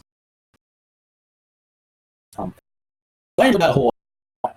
Now, a thing I didn't enjoy a whole lot was Heisei Generation's final Bill XD with Legend Tigers. Oh, where do I begin? This is textbook. They did care. This is textbook. We were obligated to make this, so we went out of the way and made it. Because I went and looked it up. It's got the same director as Beta 1, and the series writer wrote both Beta 1 and this movie. He's credited as the head writer for this movie, but there's another writer credited for this movie. And I'm willing to bet you what happened was Beta 1, this director and the series head writer were really excited about. They had like a real, like, we're going to make a really cool movie with this. This movie, Toei was like, obligatory crossover movie. What are you doing? I don't know. You random staff guy, make us a script and I'll check it and make sure it's good. And the way he checked it and made sure it was good was he was scrolling through Twitter and the guy put the script in his face and he looked at 2 pages and said, yeah, that's fine. That's what happened, because this movie ties into the show really poorly. Like, there's this whole, everybody feels like they had a subplot and it just got cut out, except for the secondary writer, who has this through line for the movie where he keeps meeting all the legend writers and going like, wow, you fight just to help people. You don't fight for yourself. You're like a real hero. I don't understand that. I wish I could be that way.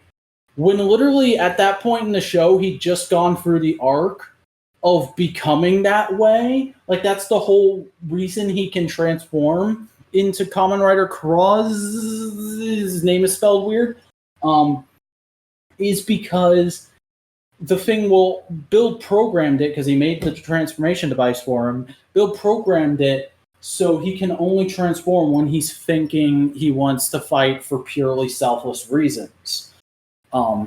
Because while Banjo Ryuga is a nice boy, he's kind of a dickhead sometimes. So he's got to be kind of steered into that path.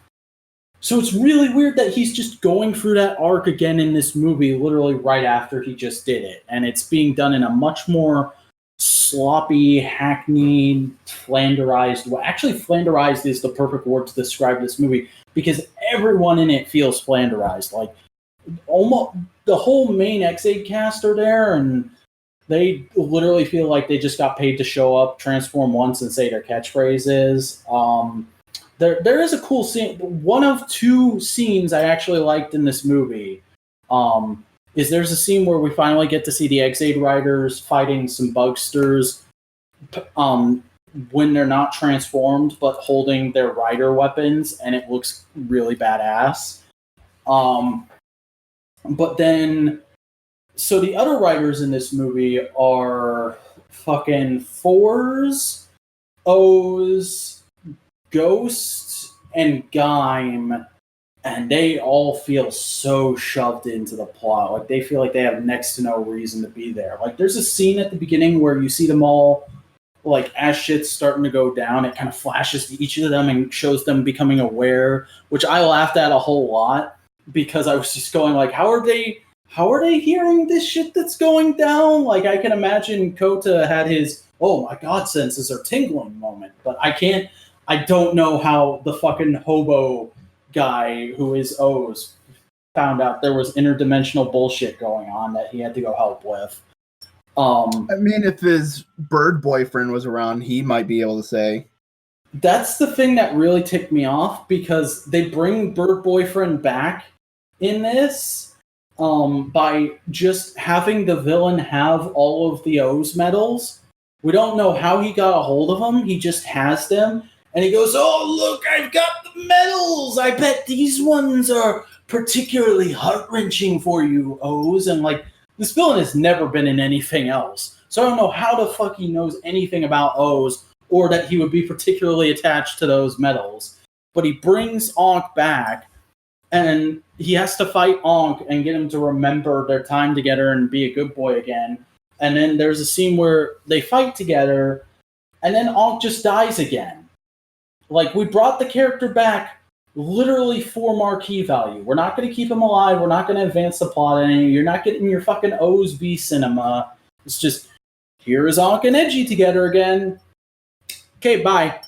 It felt so frustrating. Just leave him alive. That's what they hinted at years ago. Yeah, that. And then Ghost, who, like, I knew they were going to do some stupid shit with Ghost, but holy god. He shows up, and for some reason, they didn't put a wig on him or dye his hair this time. He just has straight up normal boy Japanese black hair, and it's really weird looking. Because you're used to him with, like, the bleach blonde yellow hair. And the monk guy from his show, Onari, is there, but he's dressed like Lupin the Third for no reason. I kind of want to watch it just for that now. He's dressed like Lupin, like giant afro and everything. Lupin the Third doesn't have an afro. Well, I guess that's how they interpreted it, because, like, it gave me major Lupin the Third vibes, but he's got, like, this big afro wig on as well. And they say a couple times that he's a paranormal investigator now. And then at the end of the movie, after having gone through some shit with Ghost again, he's, like, hanging out outside the temple while Ghost is raking some leaves, and he notices him, and he's like, you want to come back, don't you? Yes, please, take me back, Master Takeru. I missed hanging out at the temple and being a monk. But I went and looked. There's nothing that explains how he went off and became a paranormal investigator. There's not, like, some Ghost side story where that happens. It's just in this movie they chose to give him that arc, but they didn't give us the start of it. It's really weird.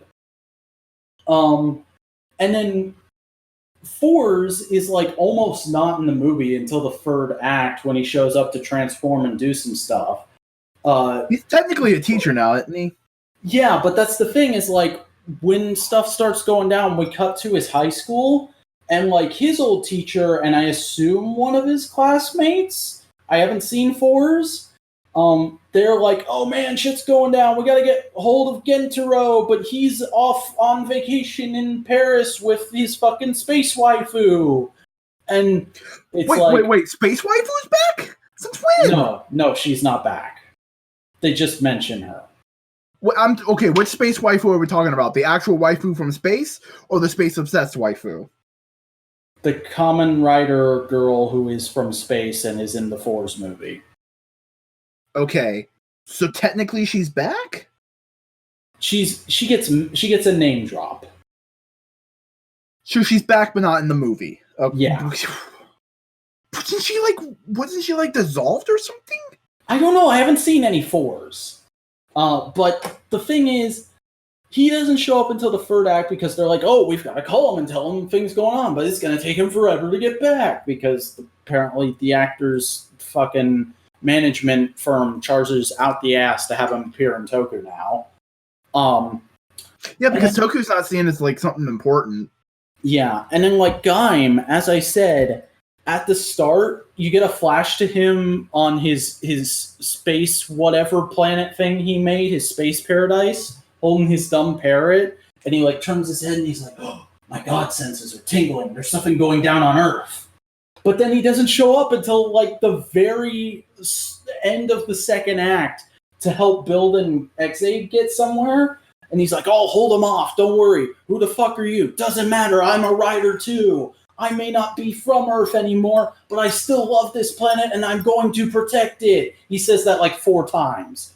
And then he transforms and then you don't see him again until the last scene of the movie when it's flashing to show all the writers going back to their lives. And you just see him like hanging out on a bridge and he says that exact shit again. And then he turns into God Kota and flies away. And it's like, what was the point of getting all these people back if you weren't going to do anything with them? Like, this is a very bare bones Build an Ex-Aid crossover with like a bunch of alternate universe explanation gobbledygook and also a bit more backstory for Build because the guy who is the main villain knew Build when he wasn't his current self before he got the mind wipe and everything.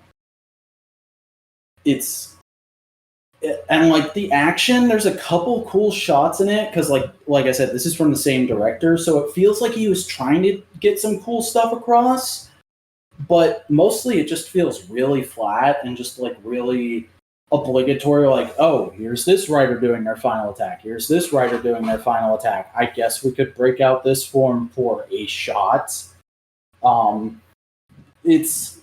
It's real bare bones, and like I said, there's only really 2 things in the movie I liked, and it was that scene of the Ex-Aid writers fighting with their weapons when they're not transformed, and a scene where all the legend riders show up on their bikes and they're like, let's go off to the big final fight to Ex-Aid and Build. And Ex-Aid and Build transform and they get on their bikes. And you think they're going to do the cool moment where everybody says their catchphrase one after the other. But then they all say it at the same time and then start arguing over who was supposed to go first. Okay, that's kind of a cute thing. Yeah, that was hilarious. I had to pause the movie and laugh at that for a minute. But those are things that you could just find in like GIFs or YouTube clips. You don't need to actually watch this movie because you'll be incredibly disappointed.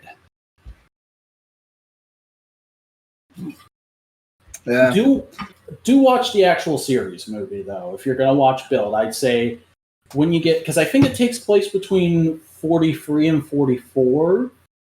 So when you get there, definitely take a break and watch the movie. It's only an hour long. I mean, I'm planning to watch Build. I got it in my playlist for when it pops up, so. Nice. Also, I rewatched, because I hadn't seen it since I was a kid, Pokemon the Movie 10, The Rise of Darkrai. Have you seen this one, Chris? I think so. They're in like a weird European town. Yeah. Yeah. It's, this was the first Pokemon movie I saw as a kid. I watched it when it originally aired for the first time in the US on Cartoon Network. Yeah. Yeah, go ahead. Process that.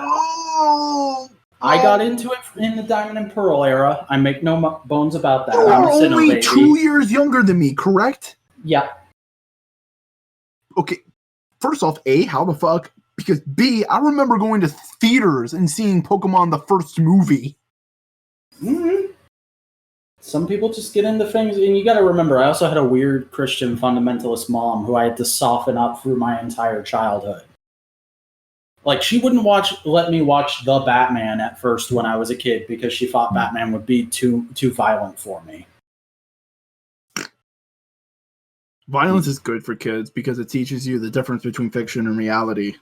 Indeed.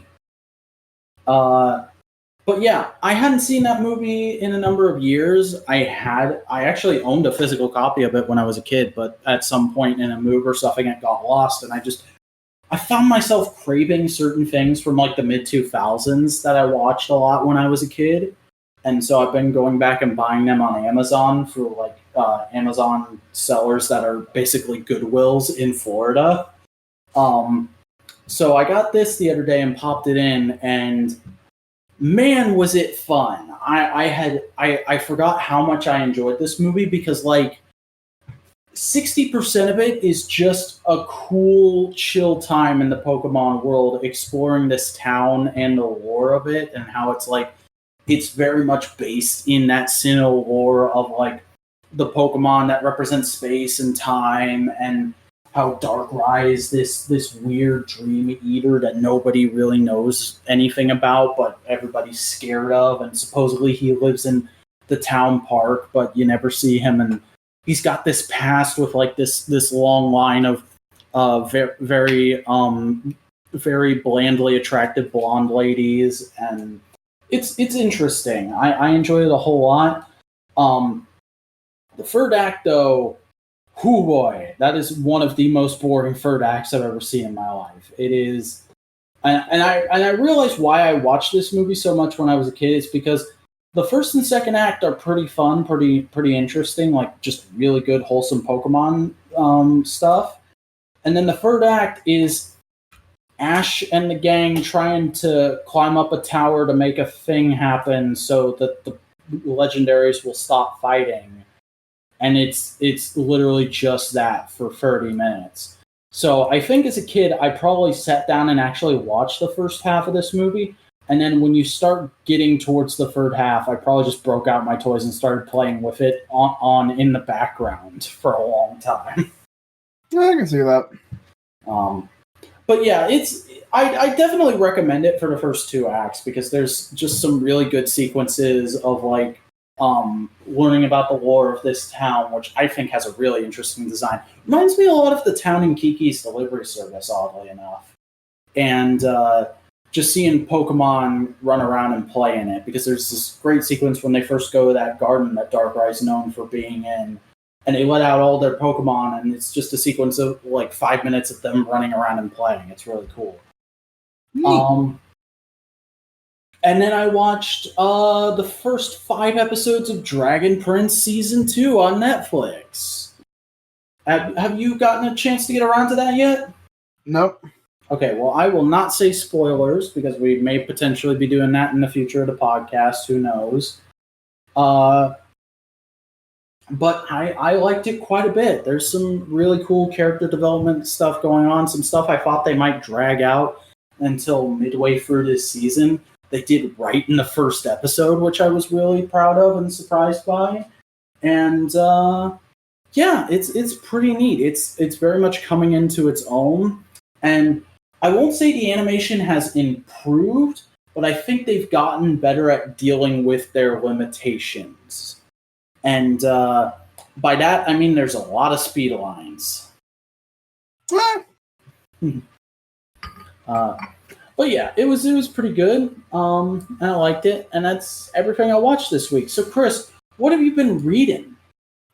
I read issues 20 and 21 of the Immortal Hulk. Oh boy. Yeah.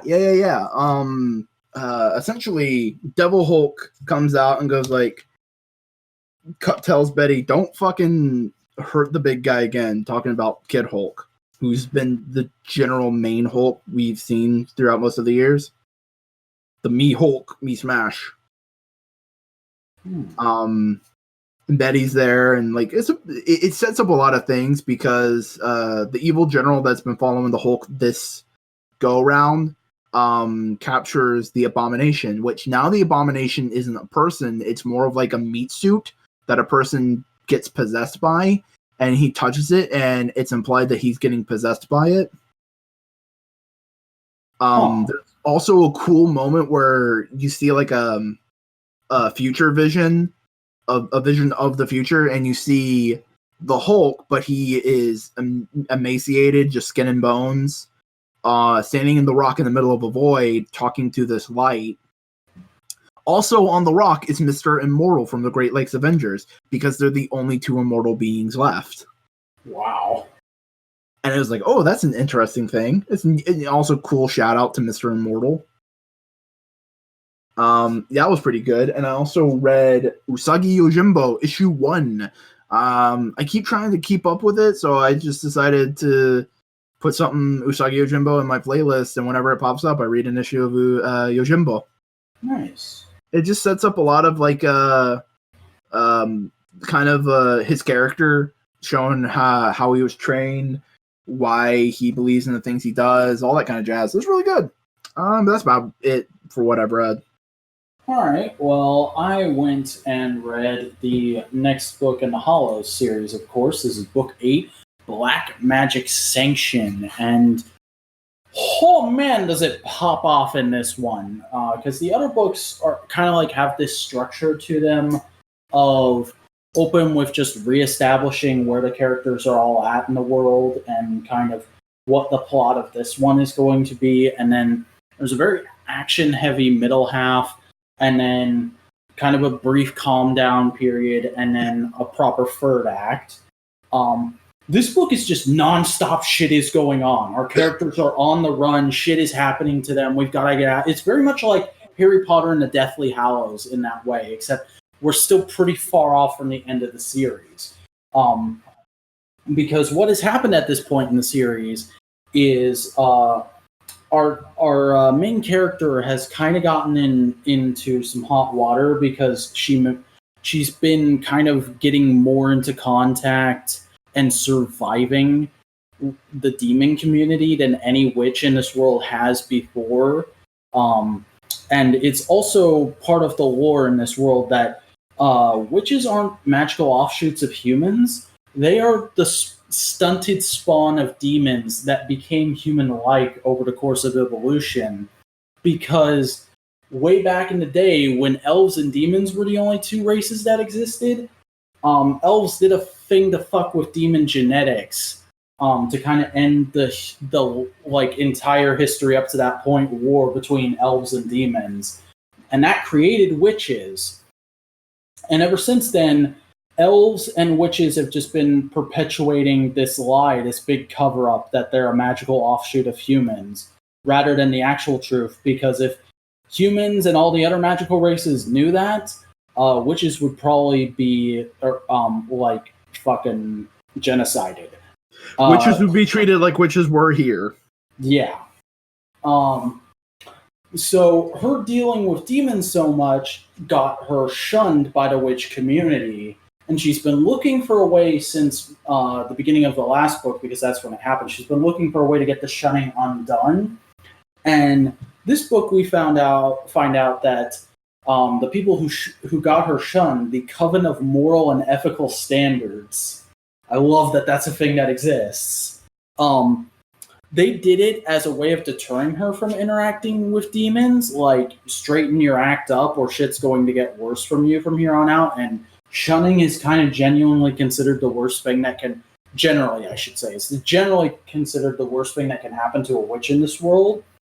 But they start sending assassins after her to try and catch her so that they can pacify her and put her in Alcatraz. Because in this universe, Alcatraz never closed. It was just turned into a prison exclusively for witches. And there's like shit in the food that stunts your ability to do magic. And like if that doesn't work, if you try to escape, they lobotomize you. It's really fucked up and scary, the couple scenes we have where she's actually in Alcatraz. So she's basically on the run trying to figure out a way to get her shunning undone. And she ends up having to steal something from a rich friend of hers frenemy, I should say, to kind of bribe him into, because he's rich and powerful and has political influence, to get the coven to back off. And it's a really interesting, like, basically on-the-run type story. I liked it a whole lot. I don't know if it's the best book in the series so far, but it's certainly the most invested I've felt in the series, probably since the first 2 books. So I really dug that. That's good. And then I read The Unstoppable Wasp number 10, which is the final issue of this series, supposedly, because Marvel has gone and canceled this thing a second fucking time. Basically, this book went for about, I want to say it went for 8 issues. No, it wasn't 8 issues. It was probably like around 15 the first time. But the issues weren't selling that well. And also, this is a book about about a teenage girl becoming the new Wasp, who is the long lost daughter of Hank Pym, and creating a support team of young female scientists called the Agents of Girl Genius in Action Research Labs. And this came out at the height of SJW's ruining everything, taking over Marvel and making comics or shit now, and I'm just fucking gonna make the fucking YouTube videos and talk about comics are bad now because girls are gross. How dare Marvel Comics use current political climate in their comic books? It's not like they have two characters based off of Martin Luther King Jr. and Malcolm X. How dare they have a character based from the Holocaust? How dare they? Yeah, it was back during that whole thing. So, like, through this whole, like, anti-SJW campaign, there was a lot of, like, throwing shit and mudslinging at this genuinely wonderful and really engaging book. Like, I think this book, both the original run and this run of it together, might be my favorite Marvel book to date. I really love it. And it got canceled because sales weren't doing well, because the only people talking about it were the people who were throwing shit at it. And the actual audience for it never got to find it until it hit trade. And the trade sold really well, so Marvel brought it back. But the problem is, people who buy trades aren't going to go buy something in issues. They're going to keep buying it in trades, or if they want to read it right now, they're going to go online and read it and then wait to buy the trade to have an actual physical copy. So, again, this book didn't sell well, and again, Marvel canceled it. And it's fucking ridiculous. Well, and like shit like this happens all the time, where because of low for the industry sales, or because somebody's slinging mud at it who doesn't actually understand what the book is trying to do and why it's good, books get canceled or runs get transferred over or stuff like that.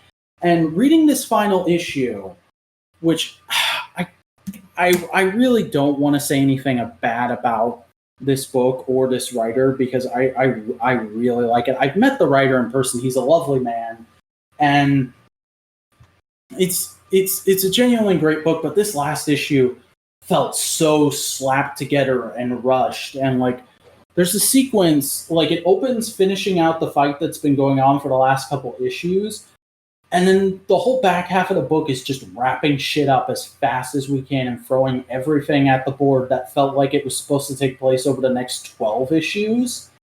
Like two of the characters go off to fucking the California to fix a thing that gets broken during this fight. And one of them ends up dating Ghost Rider. That's in one panel. Another character who got plant powers in an earlier issue and literally said, "This is freaking me out. Unlike you guys, I don't want to be a superhero. I just want to be a scientist and study botany. I don't want this." All of a sudden, she has a costume and she's training to be a hero. And she's going to join the Champions. That felt like that was supposed to be a long arc for her, and then suddenly, like, oh shit, we've already planned out the issue where she shows up in Champions. We gotta fucking get her in costume right now and do that. And then there's this whole villain group that was working for AIM of other teenage or like young adult science girls. And then because this issue was them fighting the Agents of Girl in a major way for the first time, and they lose, it's just, guess we'll join you now. Guess we're good now. again, that feels like something that was supposed to be slowly done over multiple arcs, and it was really, really upsetting because I was like, I can see all the potential of this book that is just being thrown in the trash now because this writer probably thinks he's never going to get another shot at these characters, and it's so sad, and it pissed me off so much, and it's basically made me go, I'm kind of done with current comics. I'm kind of gonna have to trade weight on everything now because I don't know if I can deal with the week to week getting really invested in something and then suddenly it's fucking gone. I can't deal with that heartbreak too many times. Like, it's happened twice with this book, and then it also happened another time this year with fucking Tom King's Batman. He talked about, ever since he started on that book at the beginning of DC Rebirth, he's like, yeah, I'm going to do a 100-issue run. I'm going to do all this stuff. I want to do, like, my definitive take on the character. And then I think it's at issue 90, DC's shoving him off into a miniseries called Batman and Catwoman, and he's not actually going to get his 100-issue run. And, like, shit like that happens all the time, especially with major characters like Batman. Like, Grant Morrison's Batman run got stunted by the New 52 happening, and he had to finish it off in a Batman Incorporated book as part of the New 52 lineup that made no goddamn sense in that continuity. It's... yeah, it was a whole thing. It's people putting business decisions over artistic decisions, which... Mm-hmm. And that's why I say I think I have to go to pretty much just trade waiting on anything now, because I can't deal with that trauma of getting sidelined like that. Like, if I know it's coming months in advance, like, this is the final volume of this series, you're going to get 5 more issues or however many is being collected per trade, I can deal with that. I can mentally prepare for that. I can't deal with this, like, 1 month, this is my favorite book that's out right now, and then the next month it's gone. And I didn't know because I don't read the fucking previews every month. Shit happens, man. Shit happens. Yep. But, well, I don't have anything else I read. So, Chris, tell me what you've been playing this week. Playing more Persona 3. I busted out Chrono Trigger. I'm playing that on my 3DS. And speaking of play, I got some brand new guitar strings. Hey! Ooh. For my Black Acoustic Washburn. Here's the thing, though. I've been playing on my electrics whenever I've been playing for like the last year and a half. And they have a lower action. They have a bunch of... they're thicker strings, but they've been used for a while, so they're a little loose now. I got the heaviest gauge you can get for an acoustic guitar. And because an acoustic guitar has a lot higher action is the length between the string and the fretboard. My fingers are killing me in the best way possible. I love it. That's so. You got to build up those calluses, bro. Yeah, because I'm so used to just I've built up calluses for a certain kind of playing, and now I'm building up new ones, and that's partially why I've been learning a bunch of things like Jolene, like I said earlier. Let's see. Let me pull up the tab because they got Ultimate Guitar app on my phone, and I've been keeping my chord things on there. Brick by Ben Folds 5, El Scorcho by Weezer, Ghost Riders in the Sky, Johnny Cash. Good Riddance, Time of Your Life, Green Day, Hook by Blues Traveler, I Will Wait for You, and I Will Follow You Into the Dark, Death Cab for Cutie, If I Had $1 Million by Bare Naked Ladies, Lovers in a Dangerous Time, My Name is Jonas, Ocean Man, Pinch Me, Somebody That I Used to Know, Impression That I Get by the Mighty Mighty Bosstones, Thunder Rolls by Garth Brooks. Just a bunch of stuff. Nice. Yeah. This Land Is Your Land by Woody Guthrie. Yeah. This Machine Kills Fascists. That's the guy who had that on his guitar. But yeah, just been more of the same on that kind of front. Nice. Well, I wouldn't say I bought, but I broke a couple action figures out of their packaging this week. I've had forever a mint on card DC Superheroes Justice League Unlimited Supergirl. And because of the way my collection is sorted out currently, I just don't have really anywhere to put still in box figures. And I was really only keeping some of my Supergirl figures in box because I buy them just for that collection. And there's only like every fifth Supergirl figure is actually good and one I'd want to take out of the package and pose. But I decided to go ahead and just start cracking them all out of their boxes. So I opened that Justice League Unlimited Supergirl. Those Mattel Justice League figures just have nothing to them. They're just the regular 5-point articulation, except this Supergirl figure doesn't even have 5 points because her long hair piece is glued to her back, so she can't move her head at all. It's just arms and wrists swivel. So, and also she comes with the most ridiculous accessory I've ever seen for a figure, which is a purse that has the front of a safe on it. I don't even know what that's supposed to be. It feels like they were just trying to get something that's vaguely female and action-oriented in there with her because she had to come with at least a accessory. And then I also opened DC Collectibles Designer Series Darwin Cook Supergirl, which is an okay figure.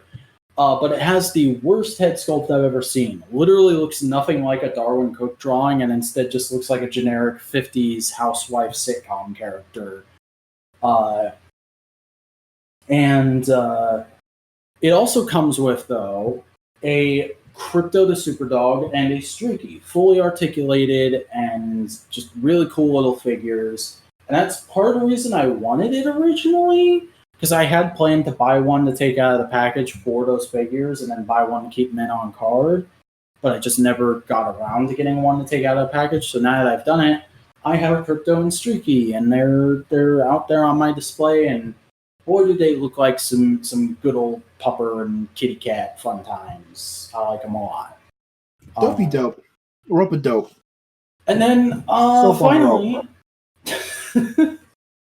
I went and finished out the Decepticon campaign of Transformers War for Cybertron, which is basically just a prolonged continuation of the last level I played, where now that Megatron has killed Zeta Prime and gotten the Omega Key, he has to contend with actually fighting Omega Supreme so that he can get into Cybertron's core and start putting some Dark Energon in there.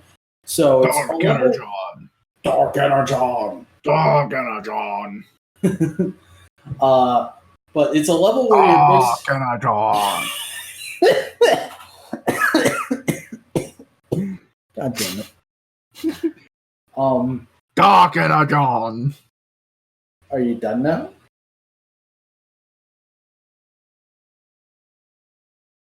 So there's Dark Energon. Motherfucker. There's a level where you're just kind of running from Omega Supreme and going from like building to building down this street, which is actually really well handled because if you're not playing as Megatron, because there's always a choice of free characters you can play as on any level. If you're not playing as Megatron, you actually really get that like, oh, this is really big and imposing, and the Decepticons are kind of scared shitless of this guy, and it's only because Megatron is an insane warmongerer who just keeps shouting, keep going, don't stop shooting, we're going to kill them. It's for that reason only are the Decepticons not crapping their pants and running the other way. See, here's the thing. I would have liked to see Megatron go, oh, fuck, oh, fuck, oh, fuck. Oh, yeah, that would have been fun. But you basically knock him down to the gate where the planet core is, and then the final level of the campaign is literally just a prolonged boss fight where you're in this big room and you're kind of running and hiding from him and then shooting at the appropriate times. And then also he's constantly trying to recharge by consuming these giant energon canisters, and Megatron will just like run up behind him and like kind of giggle like an evil schoolgirl and turn him into dark energon, which poisons him, and then you can shoot at him, and it is fun. And the campaign ends with Megatron getting into the core Cybertron and putting some dark energon in there. And I'll fucking start the Autobot campaign next week, and we'll see how that goes. The Autobot campaign. Give me the Autobot campaign. Yeah, but I think that just about covers our weeks. So, Chris, why don't you tell people who you are and where they can watch your stuff? I'm Chris Bungo Writer Gaston. You can find my shit on YouTube. I do video editorials. I'm on Twitter, Bungo_writer. I'm on Instagram, Bungo_writer. You can join my Discord server. The link to that is in the description. And hey, show up. Be fun. Be good. And Santa will give you presents. Yeah. I am Simeon the Vacuuminator Scott. My channel is currently in the middle of reruns, but I do all kinds of video shenanigans on them there tubes of you. You can watch them at youtube.com/thevacuuminator. You can follow me on the social medias known as Twitter and Instagram at the Vacuuminator. And, I'm here doing podcasts quite often, so that's a thing. But another thing about this place is that you can subscribe to it and ring that bell thing so you get notified whenever we upload a new podcast episode. Keep up to date with Analytical Fanboys. If you want to listen to the show on the go, you can download the MP3 from the Google Drive folder in the video description. And if you want to keep up with general updates and stuff about the show and the channel and what we're doing with it, go ahead and follow us on Twitter at the Modular Media and subscribe to our subreddit r/Modular Media. But that's pretty much it. So we will see you next time on Analytical Fanboys when we will be discussing Porco Rosso. Hey, it's my favorite Ghibli film. We've done yours. Now it's time for mine. Yeah, I've actually not seen this one, so this should be interesting. Yep. I mean, I'd always rather be a pig than a fascist. Yeah. That's a line from the movie, right? Yes. Yeah. All right, Merry Christmas, everyone. Bye.